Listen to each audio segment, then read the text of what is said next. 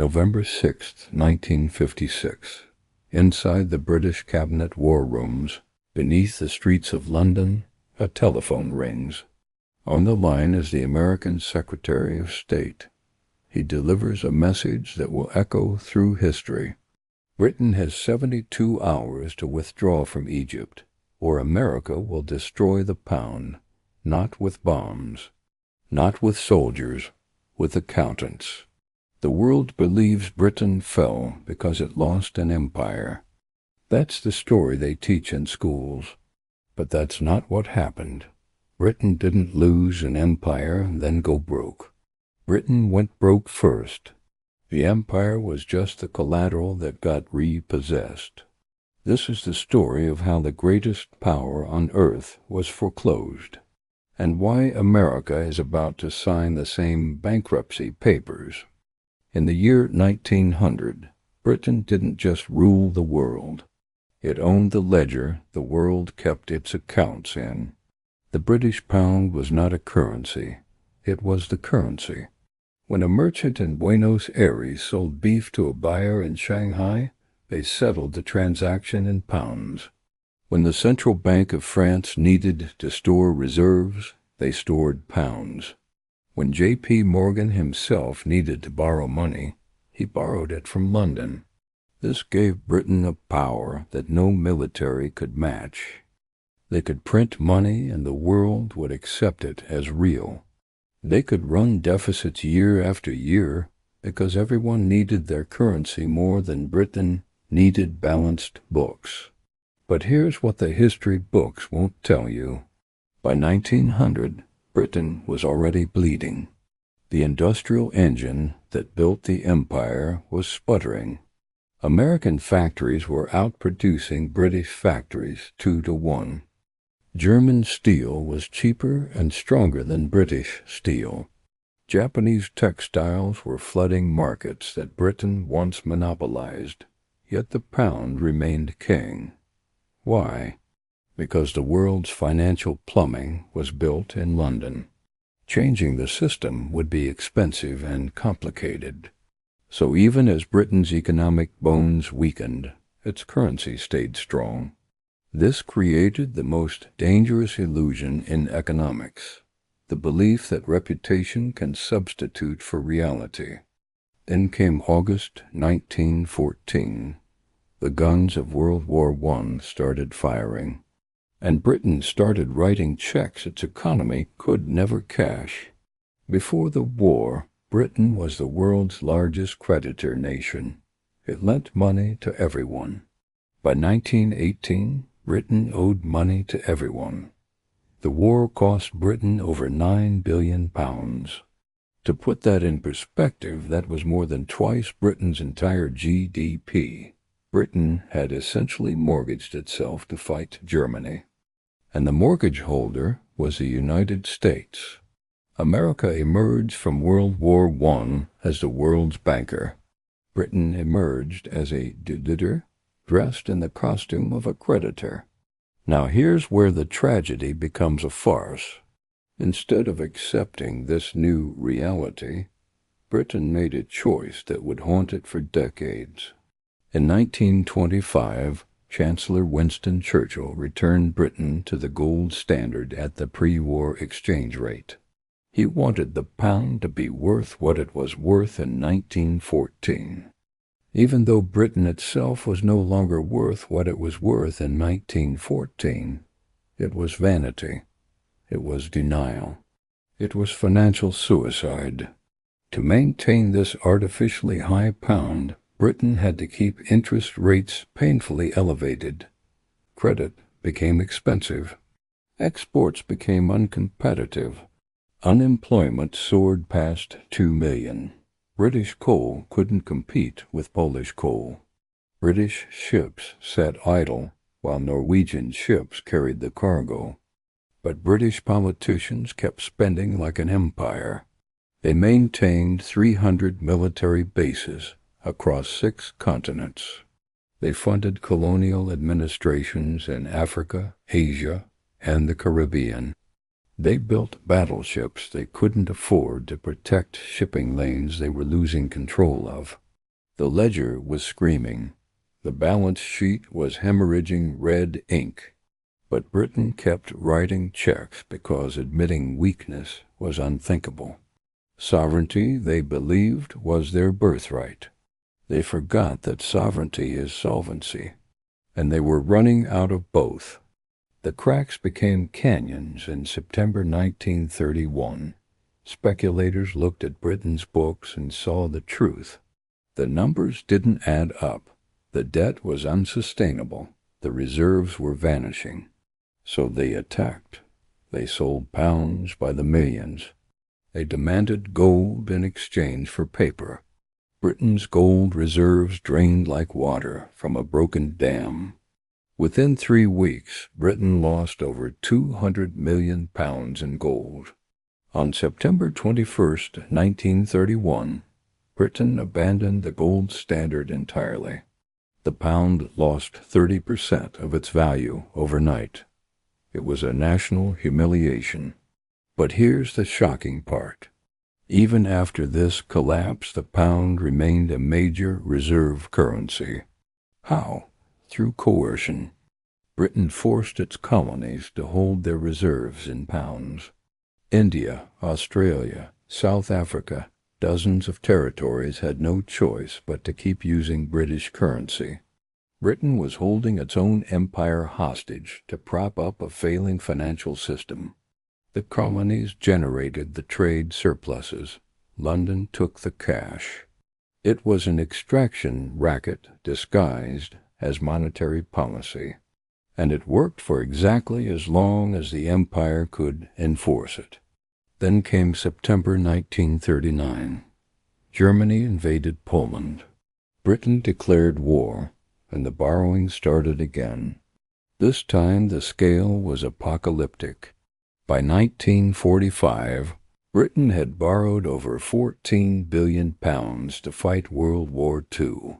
Britain's debt to GDP ratio exceeded 250%. The nation owed more than double what its entire economy produced in a year. To survive, Britain had mortgaged factories, warehouses, and shipping assets to America under the Lend-Lease program. Britain had sold its financial soul to stay alive. The war was won, but the ledger was lost. In December 1945, Britain sent the economist John Maynard Keynes to Washington to negotiate a loan. Britain needed $6 billion just to avoid immediate bankruptcy. Keynes arrived expecting generosity between allies. What he got was a balance sheet negotiation. America offered $3.75 billion at 2% interest, and there was a condition. Britain had to make the pound convertible to dollars within 1 year. America was forcing Britain to open its financial system to competition. The days of the closed imperial currency club were over. Keynes returned to London defeated. He told colleagues that Britain had been reduced to financial serfdom. But British leaders still refused to see reality. In 1951, Britain was spending over 20% of its GDP on defense and empire maintenance. They kept troops in Egypt, Singapore, Kenya, Cyprus, and Malaya. They kept building aircraft carriers. They kept funding colonial governments. Meanwhile, British factories were outdated. British infrastructure was crumbling. British workers were emigrating to Canada and Australia for better wages. The foundation was collapsing, but the flag still flew over a quarter of the globe. So politicians pretended the foundation was solid. This brings us to July 26, 1956. Egyptian President Gamal Abdel Nasser stands before a crowd in Alexandria. He announces that Egypt is nationalizing the Suez Canal, the canal that British and French shareholders had controlled for 87 years now belongs to Egypt. For Britain, this was more than an economic threat. It was a symbolic dagger. The Suez Canal was the artery of empire. It was the shortcut that made ruling India profitable. Losing it meant losing the illusion of control. British Prime Minister Anthony Eden saw Nasser as a new Hitler. He convinced himself that Britain still had the power to act like a great power. He forgot to check the balance sheet. Britain, France, and Israel secretly planned an invasion. The military operation began on October 29th. Israeli forces pushed into the Sinai. British and French bombers struck Egyptian airfields. Paratroopers landed near the canal. The military operation was succeeding. Egyptian defenses were crumbling. But Britain had made a fatal miscalculation. They forgot who held their debt. And debt is control. President Eisenhower was furious. America had not been consulted. Eisenhower saw the invasion as old-fashioned colonialism at exactly the moment America was trying to win over newly independent nations. He decided to teach Britain a lesson it would never forget. On November 6th, the American Treasury began preparing to dump its holdings of British pounds onto the open market. If America sold, the pound would collapse. Britain would be unable to import the food and oil its people needed to survive. America also blocked Britain's emergency loan request at the International Monetary Fund. Britain's foreign currency reserves were vanishing at a rate of £100 million per week. By November 30th, Britain would be completely insolvent. Eden had no options left. On November 6th, he ordered a ceasefire. Within days, British forces began withdrawing from Egypt. In exchange, America allowed Britain to receive its IMF loan. The humiliation was total. Britain had been brought to heel by its own creditor. The invasion lasted 11 days. But those 11 days revealed a truth that Britain had been hiding for 40 years. Britain was not a superpower. Britain was a debtor nation wearing a crown it could no longer afford. The Suez Crisis didn't end Britain's empire. It revealed that the empire had already ended. Over the next 15 years, Britain would grant independence to nearly every colony it possessed. Not out of generosity, out of bankruptcy. Empire costs money. Troops cost money. Administration costs money. Britain had no money left. The ledger had spoken. The balance sheet had rendered its verdict. Sovereignty is solvency. And Britain was insolvent. Now, let me tell you why this story should terrify you. Because America is following Britain's script word for word, scene for scene, line for line. Britain's debt to GDP ratio after World War II was over 200%. America's debt to GDP ratio right now is approaching 125% and accelerating. We added over $2 trillion to the national debt just last year. We are borrowing approximately $7 billion every single day just to keep the government operational. The Congressional Budget Office projects that by 2026, interest payments on the debt will exceed $1 trillion annually. We will spend more on interest than we spend on defense. More on interest than we spend on all non-defense discretionary programs combined. Britain lost its reserve currency status because it spent decades funding a military presence it could no longer afford. America currently spends more on defense than the next 9 countries combined. We operate over 750 military bases in more than 80 countries. We have troops in Syria, Iraq, Afghanistan, Germany, Japan, and South Korea. We are patrolling the South China Sea with carrier strike groups that cost $13 billion each. We are playing world police with a credit card that's maxed out. And just like Britain, we tell ourselves the bill will never come due. Britain maintained the illusion of financial strength by forcing its colonies to use the pound. America maintains the illusion of strength through the petrodollar system. Since 1974, oil has been priced exclusively in dollars. This forces every country that buys oil to hold dollars. It creates artificial demand for our currency, but that system is fracturing. China and Russia now settle most of their trade in yuan and rubles. The BRICS nations are building alternative payment systems that bypass the dollar entirely.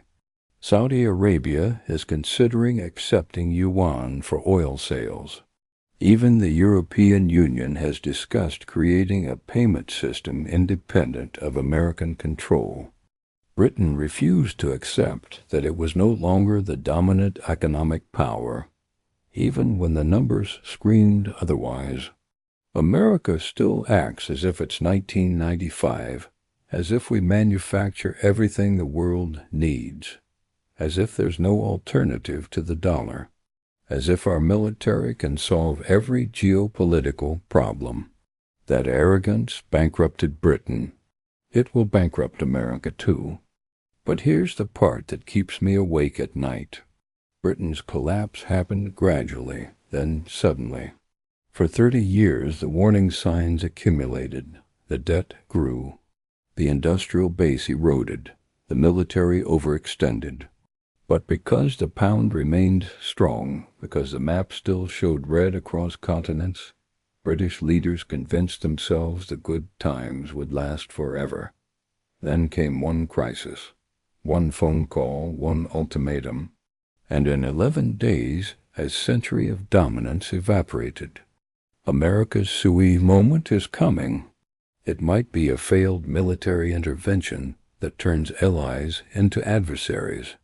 It might be a debt-ceiling standoff where Congress pushes too far and creditors decide American. Treasury bonds are no longer risk-free. It might be a moment when we try to weaponize sanctions and the target simply refuses because they've built workarounds to our financial system. Or it might be something we cannot predict. Some shock that reveals what's been true for years. America is living beyond its means, sustained only by the world's willingness to keep accepting our currency. The numbers for 2026 are genuinely alarming. The Congressional Budget Office projects the deficit will exceed $2 trillion. Social Security will begin drawing down its reserves. Medicare costs will spike as more boomers retire. And interest rates are higher now than they've been in 20 years, which means every dollar we borrow costs more to service. We're like a household so deep in credit card debt that the minimum payments consume the entire paycheck. When Britain reached that point, the end came fast. There was no gradual decline. There was no gentle transition. One day Britain was issuing ultimatums. The next day Britain was taking orders. One day the pound symbolized global power. The next day it symbolized global failure. British citizens who trusted their government lost everything. The pound's value collapsed.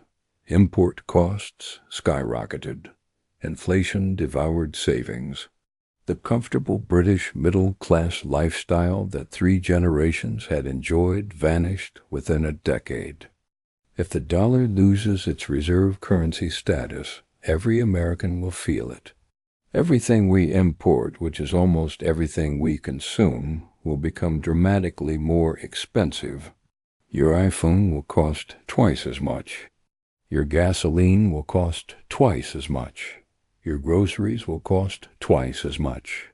Interest rates on mortgages, car loans, and credit cards will spike into double digits. The government will be forced to either slash services or raise taxes or both. The American standard of living, that we've taken for granted since 1945 will become a memory. This is not fear-mongering, this is history. This is exactly what happened to Britain. This is exactly what happens when a debtor nation loses the confidence of its creditors. And confidence is fragile. It builds slowly over decades. It collapses in days. Let me give you one more parallel.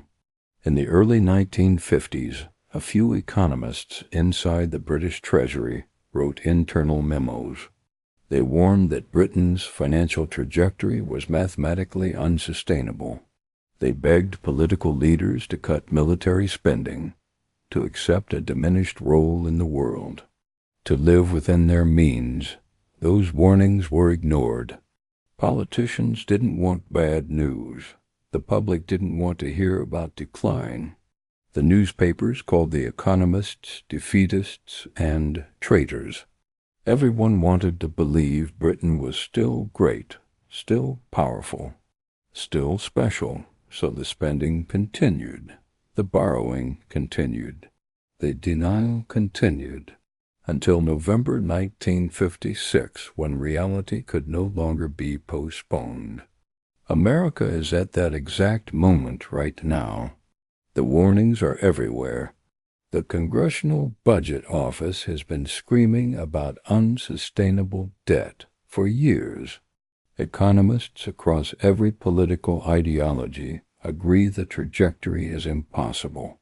Former Federal Reserve chairs and Treasury secretaries publicly warn that something must change, and just like Britain, we're ignoring them. Politicians promise tax cuts and new spending programs simultaneously. The public demands services without wanting to pay for them. Anyone who mentions the math gets dismissed as a pessimist. We have our own version of Britain's gold standard obsession.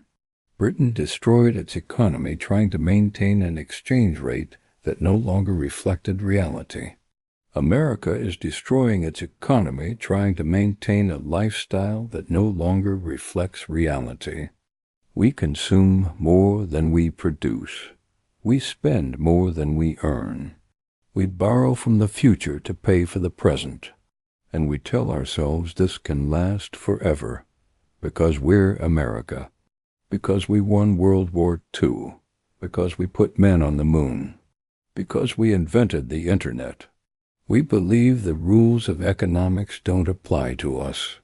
Every fallen empire believed the same thing. The British pound didn't collapse because of enemies. It collapsed because of choices. Choices to spend beyond their means. Choices to borrow instead of build.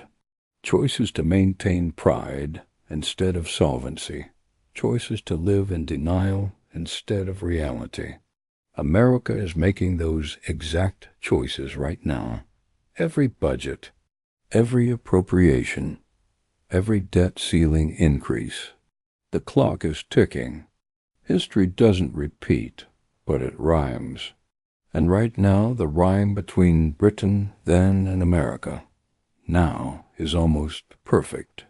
Same debt spiral, same military overreach, same currency dependence, same arrogance, same refusal to see what's directly in front of us. The British Empire's final mistake was believing it was too big to fail, that the world needed Britain more than Britain needed fiscal discipline. America believes the same thing today. So what happens next? Nobody can predict the exact date when confidence breaks, but we know it will. We know because the math is unsustainable. We know because history has shown us this pattern dozens of times. We know because debt always wins. Always. The only question is whether we'll be prepared when our Suez moment arrives. Whether we'll have built resilience, savings, and real productive capacity. Or whether we'll be like Britain in November 1956, watching helplessly as decades of denial catch up to us in days. The lesson is simple. Empires don't fall to enemies. They fall to accountants. The ledger is undefeated. The balance sheet cannot be ignored forever. Britain learned that lesson the hard way. Will America learn it in time? Or will 2026 be our 1956? Subscribe so you know the answer before everyone else does. Because when the collapse comes, it will come fast. And those who understand history will be the only ones left standing.